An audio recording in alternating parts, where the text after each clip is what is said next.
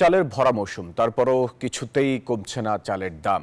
এ নিয়ে বিস্তারিত জানাতে আমাদের সঙ্গে যুক্ত হচ্ছেন সহকর্মীরা। আমরা শুরুতেই যাব বগুড়ায়, সেখানে আছেন সহকর্মী আব্দুস সালাম বাবু। বাবু, শুভ সকাল। বাবু, চালের দর ঊর্ধ্বমুখীর কারণ কি? আমরা যেমনটি জানি, বিভিন্ন দেশ থেকে চাল আমদানি করা হচ্ছিল এবং বলা হচ্ছিল যে চালের দাম সহনীয় পর্যায়ে চলে আসবে। বাজারে দেখা যাচ্ছে এর উল্টো চিত্র। এটির কি কারণ বলছে ব্যবসায়ীরা?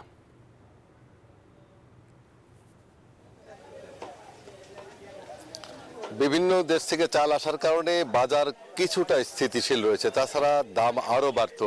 চলতি মৌসুমের শুরু থেকেই বগুড়ার বাজারে চালের দাম ঊর্ধ্বমুখী। বিশেষ করে মোটা জাতের যে চাল, স্বর্ণা, রঞ্জিত, এই জাতের চালগুলো গত বছর 47-48 টাকা এবং 52-54 টাকা বিক্রি হলেও এবছর কিন্তু সর্বোচ্চ খুচরা মূল্য 58 থেকে 60 টাকা কেজিতে বিক্রি হচ্ছে। পাশাপাশি অন্যান্য যে জাতের চাল রয়েছে, 28 জাতের চাল, 49 জাতের চাল, সেগুলোর দামও ঊর্ধ্বমুখী।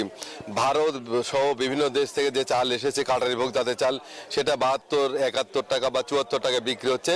আর দেশি জাতের যে কাটারি রয়েছে বগুড়ার বাজারে, সেটা 74 থেকে 78 টাকা এবং 80 টাকাতেও বিক্রি হচ্ছে। 49 জাতের চাল 60 টাকা, 28 জাতের চাল 64 থেকে 65 টাকা, স্বর্ণা জাতের চাল 55 থেকে 60 টাকা, রঞ্জিত 58 থেকে 60 টাকা।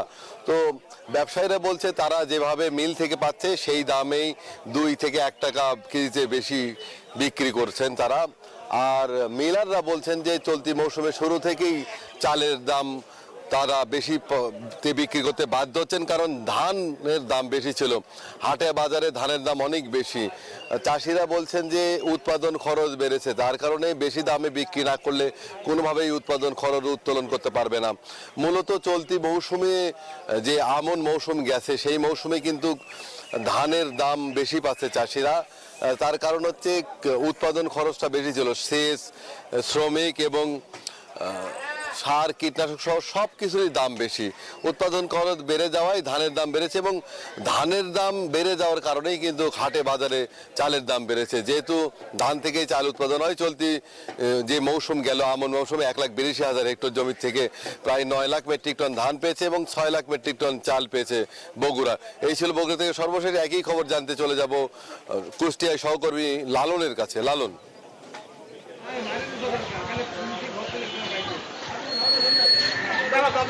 আব্দুস সালাম বাবু, আপনি বগুড়ার চিত্র যেমনটি বলছিলেন, কুষ্টিয়ারও কিন্তু একই অবস্থা। এর মধ্যে দেশের অন্যতম বৃহৎ চালের মুকাম কিন্তু কুষ্টিয়ার খাজানগর। আমি কুষ্টিয়ার খাজানগরের যারা মিল মালিক রয়েছেন বা ব্যবসায়ী রয়েছেন তাদের সাথে কথা বলেছি। তারা যেটি বলছেন, গত আমন মৌসুমে কাঙ্ক্ষিত ধান তারা আসলে চাল উৎপাদনের জন্য কিন্তু বাজার থেকে সংগ্রহ করতে পারেননি। আর যে ধানগুলো তারা বাজার থেকে সংগ্রহ করছেন তার দামও কিন্তু তুলনামূলক গত বছরের তুলনায় বেশি।